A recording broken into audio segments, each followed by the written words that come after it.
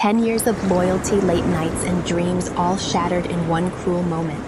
I'm Julia Morgan, and I gave everything to Amber Tech, only to watch my best friend Jenny steal my promotion at what should have been my celebration. Humiliated, I walked away, but not before turning the tables. This is my story of betrayal, revenge, and rising from the ashes, stronger than ever. Buckle up, it's a wild ride.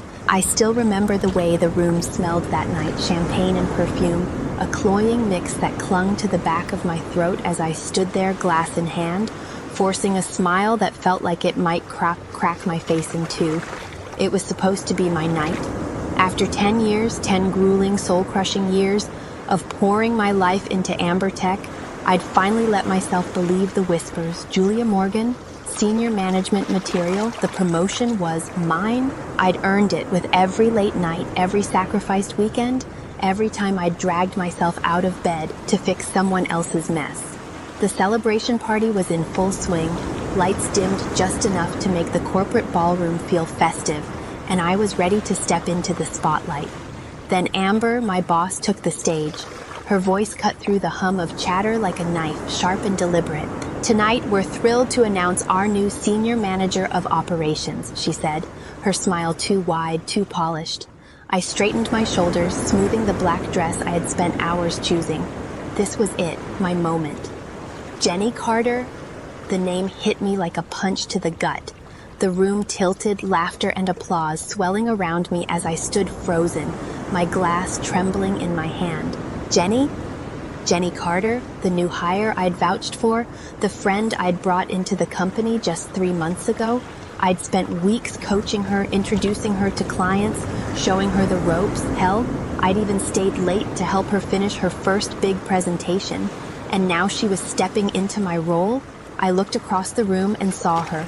Jenny, radiant in a red dress, her grin unapologetic as she climbed the stage to shake Amber's hand. The crowd cheered louder, oblivious to the way my world was unraveling, or maybe they weren't oblivious, maybe they were in on it. The whispers started then, soft at first, then sharper like needles pricking my skin. Didn't Julia think it was hers? 10 years and she's passed over for the newbie? Guess loyalty doesn't pay. My chest burned, a tight, suffocating heat that climbed up my throat. I wanted to scream, to throw the glass, to demand an explanation, but I didn't. I couldn't. Not with every eye on me waiting for me to break. So I did what I had always done. I swallowed it, I clapped, my hands numb, my smile a mask.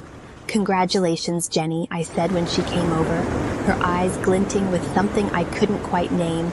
Triumph, maybe, or pity. "You deserve it."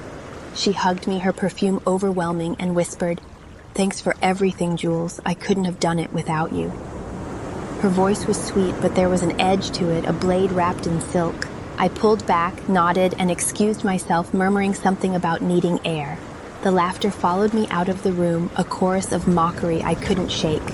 Outside, the night was cold, the parking lot silent except for the hum of distant traffic.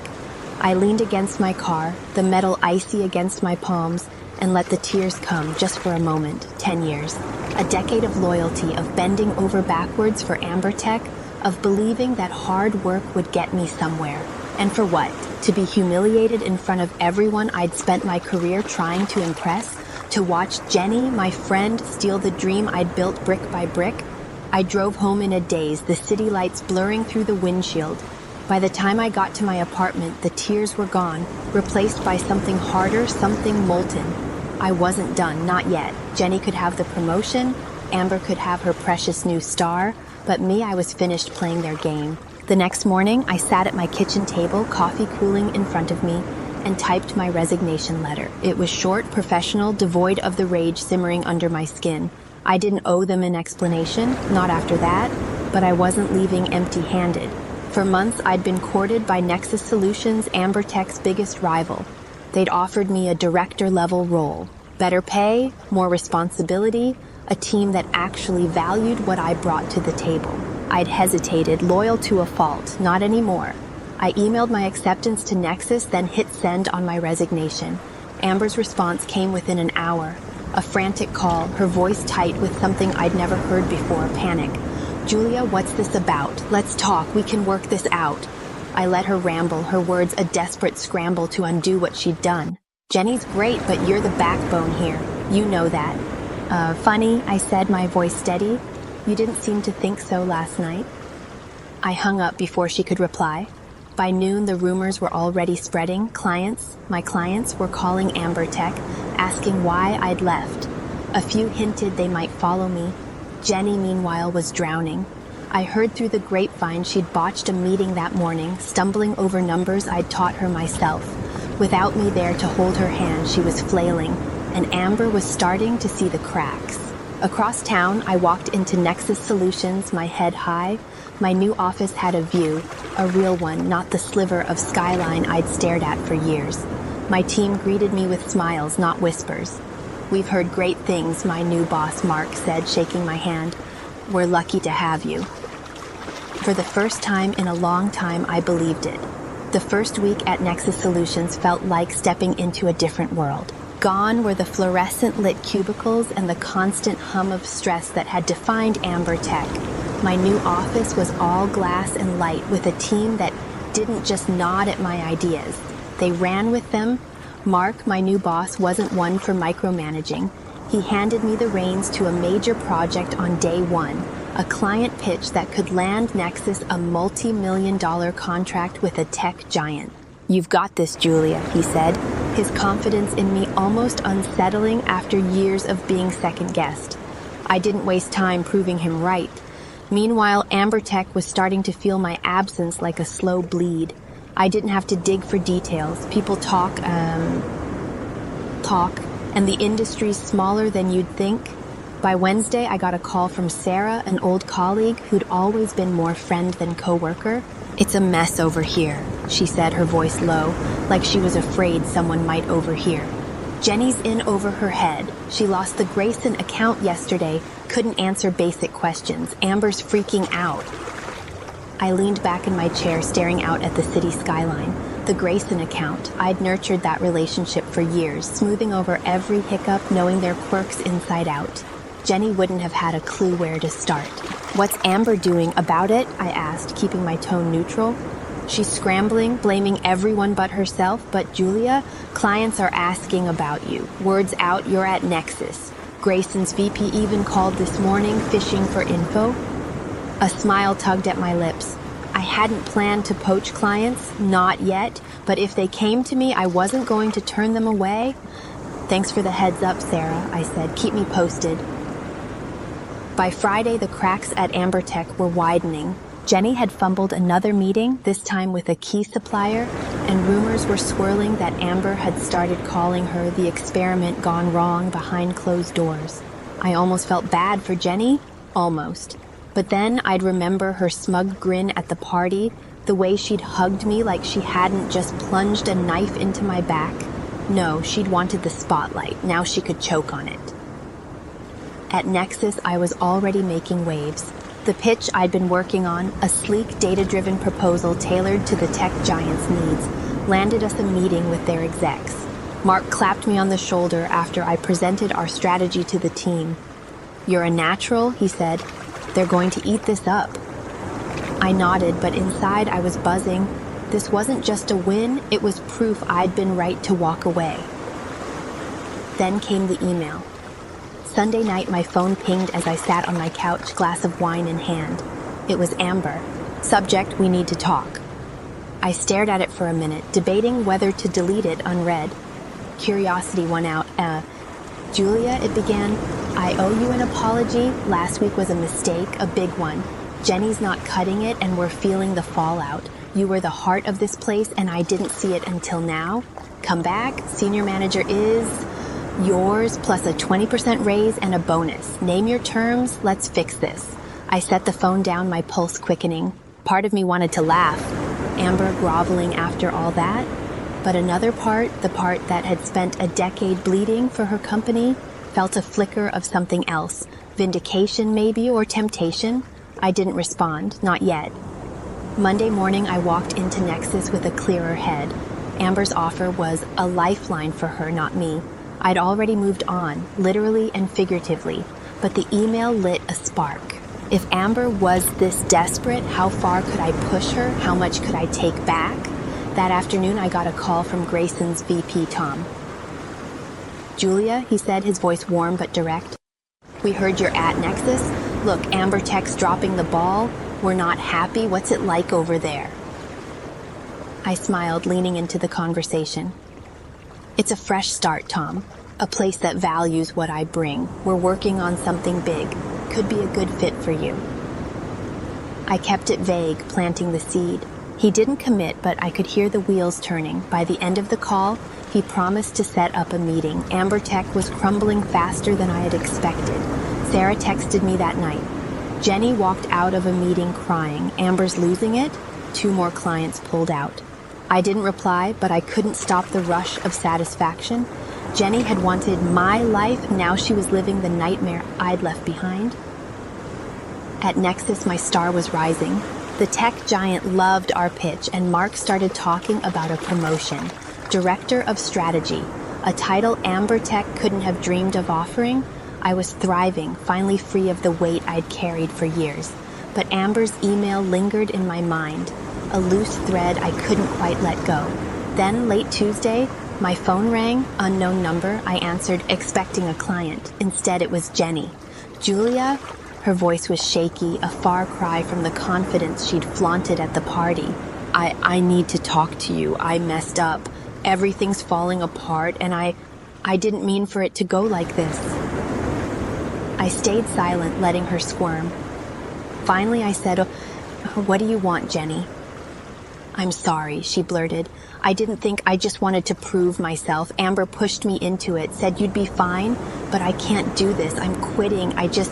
I needed you to know." I hung up without a word, my mind racing. Jenny quitting, Amber panicking. It was all unraveling, and I hadn't even lifted a finger yet. But something about Jenny's call didn't sit right. Was she really sorry, or was this another play? And Amber, how far would she go to claw her way out of this? I leaned back, staring at the ceiling. This wasn't over, not by a long shot.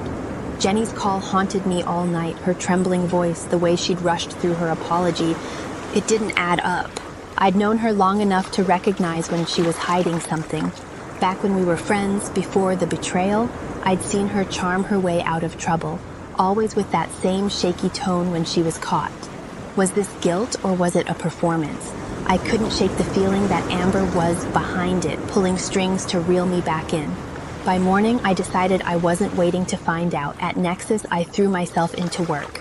The meeting with Grayson's VP, Tom, was scheduled for Thursday, and I spent Wednesday prepping a pitch that would blow Amber Tech out of the water. I knew Grayson's pain points. Years of handling their account had taught me that, and I tailored every slide to hit them where it hurt. Nexus had the resources, the innovation, and now, by the time I finished, the proposal wasn't just a pitch, it was a declaration of war. Sarah texted me that afternoon. "Jenny's gone, quit this morning. Amber's in damage control mode, meetings all day." I stared at the message, a chill creeping up my spine. Jenny quitting was real then, but why Mom would call me first? What was her angle? I didn't have time to dwell on it. Mark poked his head into my office, grinning. "Tech giant signed the contract. 5 million, Julia, you're killing it." I smiled back, but my mind was already spinning. 5 million was huge, and it put Nexus on the map in a way Amber Tech couldn't touch. Word would spread fast, and I knew Amber would hear it. Good, let her sweat. That night, I got another email from Amber. This one was longer, more frantic. "Julia, Jenny's out. I misjudged everything. We're bleeding clients. Grayson's on the fence. Suppliers are balking. I need you back. Senior manager's not enough. How about VP of Operations? 30% raise, equity stake. Please call me." VP of Operations, equity. She was throwing everything at me now, and it reeked of desperation. I didn't reply, but I saved the email. Evidence, leverage, call it what you want. Amber was cracking, and I wasn't about to let her off the hook. Thursday morning, I walked into the Grayson meeting with Tom and his team. They were tense, guarded. Amber Tech's collapse was hitting them hard. I didn't waste time. "You've worked with me for years," I said, meeting Tom's eyes. "You know I deliver. Nexus can give you stability, growth, and a partner who doesn't drop the ball." I clicked through the slides, data, projections, a plan that screamed competence. By the end, Tom was nodding and his CFO was scribbling notes. "Oh, we'll need to discuss internally," he said, "but this looks promising." Promising was an understatement. By Friday, Grayson signed with Nexus, a 7-figure deal that sent shockwaves through the industry. Sarah called me that night, her voice a mix of awe and disbelief. "Julia, Amber's losing her mind, Grayson's gone, and 2 more accounts followed. She's blaming Jenny, but everyone knows it's her fault for letting you go." I hung up, a slow burn of satisfaction settling in. AmberTech was imploding, and I was the ghost in the machine watching it fall apart. But Jenny's call still gnawed at me. I needed answers, so I did something I hadn't planned. I texted her, "Meet me tomorrow, coffee 10 a.m. You owe me the truth," she replied within minutes. "Okay, I'll be there." Saturday morning, I walked into the cafe, a small place downtown, where no one from the industry would spot us. Jenny was already there, hunched over a latte, her red dress swapped for a gray hoodie that made her look smaller, deflated. She glanced up as I sat down, her eyes red-rimmed. "Julia," she started, but I cut her off. "No games," I said, my voice low. "Why'd you call me? What's Amber up to?" She swallowed, fidgeting with her cup. "It wasn't my idea, the promotion. Amber pitched it weeks before the party. Said it'd shake things up, make the team hungrier. I didn't want to take it from you, but she insisted. Said you'd land on your feet." I leaned back, processing. "So, you went along with it for what? A pat on the back?" "I thought I could handle it," she said, her voice breaking. "I was wrong. After you left, it all fell apart. Amber kept pushing me, but I couldn't keep up. Then she told me to call you, beg you to come back. Said it'd fix everything." There it was, Amber's puppet show, with Jenny as the marionette. I almost laughed. "And you thought I'd buy it?" "I didn't know what else to do," she whispered. "I quit because I couldn't take it anymore. She's drowning, Julia. She's talking about selling the company. Selling AmberTech?" That was new and big. If she was that desperate, the end was closer than I'd thought. "Thanks for the honesty," I said, standing. "But we're done here." "Julia, wait." She grabbed my wrist, her grip shaky. "I'm sorry, really, I never wanted this." I pulled free, looking down at her. "You made your choice, live with it." I walked out, the bell above the door chiming behind me. Jenny's apology didn't change anything. She'd still stabbed me in the back. But Amber's plan, that was ammunition. Monday, I went to Mark with a proposal. "AmberTech's on the ropes," I said, laying out the numbers. Lost clients, Jenny's exit, the whispers of a sale. "We can scoop up their scraps. Clients, talent, maybe even a buyout if the price is right." He raised an eyebrow, then grinned. "You're ruthless, Morgan. I like it. Let's run it up the chain." By midweek, Nexus was in talks with 2 more AmberTech clients, and Mark hinted the board was eyeing a hostile takeover. Amber called me again that night, her voice ragged. "Julia, please, I'll give you anything, half the company if you want, just come back." I let her talk, her pleas a desperate hum in my ear. When she finished, I said, "You had your chance, Amber. You picked Jenny. Now you're paying for it." I hung up, my heart steady. Victory wasn't just sweet, it was mine. Amber's call lingered in my mind like a bad taste I couldn't rinse out. Half the company, it was a wild offer, the kind of Hail Mary only someone with nothing left would throw. By Thursday, the industry buzz was deafening. AmberTech was a sinking ship, and Nexus was circling like a shark. Mark called me into his office that morning, his grin sharper than ever. "Board's greenlit the takeover plan," he said, tossing a folder across his desk. "Amber's hemorrhaging value. We can snag them for pennies if we move fast. Your call? How do you want to play it?" I flipped through the folder, financials, client lists, projections. AmberTech was a shell of what it had been, and I'd helped make it that way. Part of me wanted to let Nexus swallow it whole, erase Amber's legacy entirely. But another part, the part that still remembered 10 years of sweat and sacrifice, wanted more. "Let's lowball them," I said. Force her hand. She's desperate enough to bite." Mark nodded. "I'm done. You're running point on this. Keep me posted." By Friday, Nexus sent the offer, a fraction of AmberTech's worth 6 months ago, with a 48-hour deadline. I knew Amber would see it as an insult, but that was the point. She'd either take it or drown. I spent the weekend prepping for the fallout, running scenarios with my team. Grayson and the other ex-Amber Tech clients were thriving under Nexus, and word was spreading I was the one to watch in this industry now. Monday morning, my phone rang. Amber. I let it go to voicemail, then played it on speaker as I sipped my coffee. "Julia, this is ridiculous," she snapped, her voice fraying at the edges. "You're killing me with this offer. I know you're behind it. Meet me today. Lunch, my office. We can still fix this, please." A pause, then softer. "I was wrong. I see that now." I didn't call back. Instead, I drove to Amber Tech at noon. Not because I was tempted, but because I wanted to see her face when I said no. The building felt different, quieter, emptier. The receptionist barely looked up as I walked past. Amber's office was a mess, papers strewn across her desk, her hair pulled back in a sloppy bun. She stood when I entered, her eyes wide with a mix of hope and dread. "Julia," she started, gesturing to a chair. "Thank you for coming. Save it," I cut in, staying on my feet. "You've got 5 minutes, talk." She flinched, then sat, hands clasped tight. "The takeover, it's a death sentence. We can't survive it, but you can. Come back, Julia. I'll step down, give you CEO, full control. Nexus can't offer that." I raised an eyebrow. CEO? She was delusional if she thought I'd trade my future for her wreckage. "You're right," I said, my voice cold.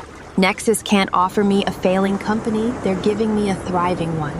Your time's up, Amber. Take the deal or lose everything." Her face crumpled, but then she leaned forward, eyes narrowing. "You think you've won? I've got one card left. Jenny's been talking to me, to clients. She's got dirt from your years here. Mistakes, shortcuts. I can bury you with it if I have to." My stomach tightened, but I didn't blink.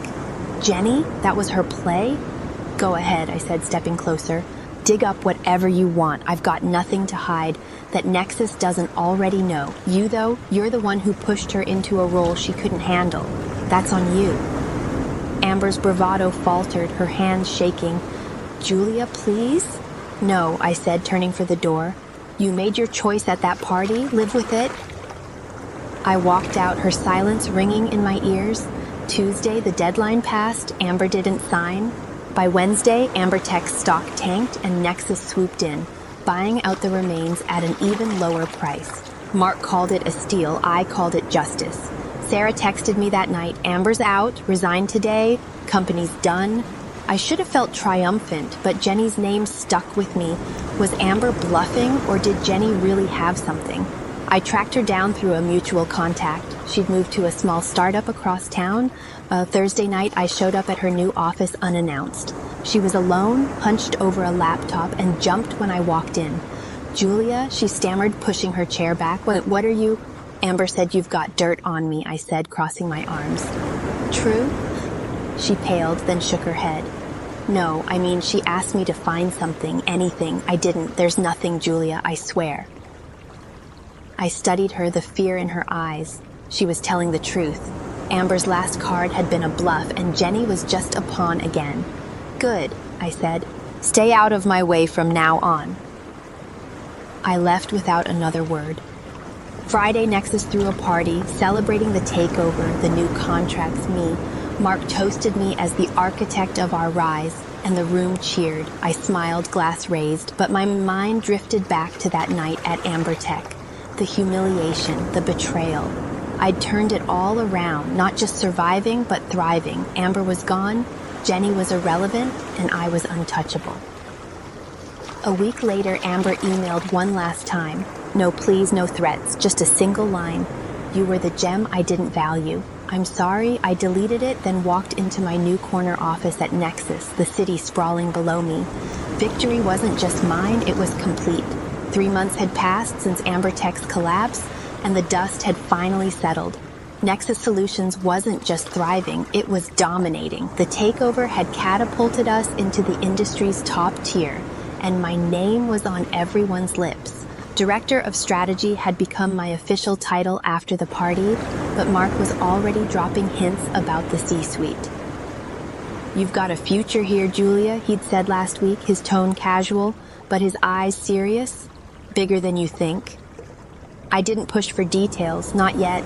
I'd learned patience the hard way. The city looked different from my corner office now. The skyline sharper, like it belonged to me. Grayson and the other clients I'd brought over were locked in long-term contracts, and my team had doubled in size, handpicked by me. They weren't just competent, they were loyal, a quality I'd come to value above all else. Every morning I walked into a buzz of energy, a stark contrast to the stifling silence of Amber Tech's final days. This was what I'd fought for, what I'd earned. Amber was a ghost now. After her resignation, she'd vanished from the industry. No LinkedIn updates, no conference sightings. Sarah told me she'd moved out of state, maybe to lick her wounds or start over. I didn't care enough to check. Her last email still sat in my trash folder, a relic I hadn't bothered to empty. You were the gem I didn't value. Too little, too late. Jenny, though, she was a different story. I'd kept tabs on her, not out of spite, but caution. Her startup gig didn't last. She'd bounced to another small firm, then another, each job shorter than the last. Word was she'd burned bridges, her reputation tainted by the Amber Tech fiasco. I saw her once, by chance, at a coffee shop downtown. She didn't notice me. Her head was down, her posture defeated. I didn't approach her. There was nothing left to say. But the past wasn't done with me yet. Last Tuesday, a package arrived at my office. No return address, just a plain manila envelope. Inside was a USB drive and a handwritten note. You deserve to know.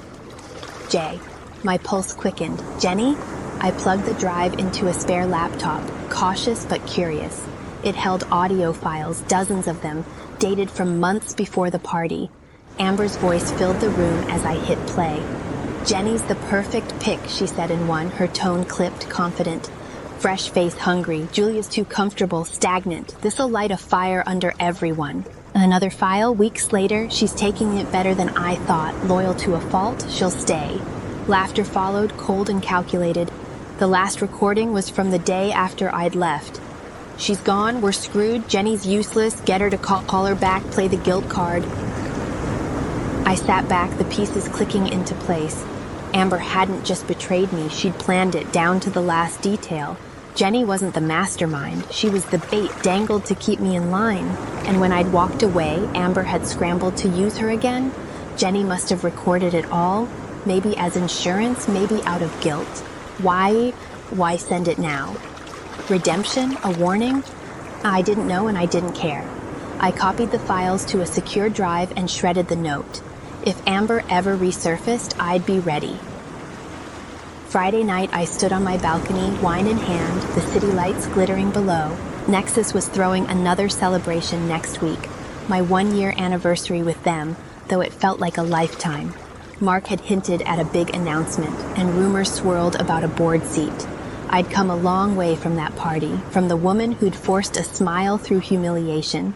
I'd built something unbreakable, not just at Nexus, but in myself. My phone buzzed, a text from Sarah. Heard Amber's trying to pitch a comeback, small firm, new name, watch your back. I smirked, typing back, let her try. Amber could claw her way up from the ashes, but she'd never touch me again. I'd made sure of that. As I set the phone down, a shadow moved in my peripheral vision. A figure on the street below, staring up at my building. Too far to make out, but something about the stance felt familiar. Jenny? Amber? My grip tightened on the glass. Maybe it was nothing. Maybe it was the past, refusing to stay buried. I turned back inside, locking the door behind me. Whatever came next, I'd face it head on. I wasn't the gem they'd lost anymore. I was the one they'd never see coming.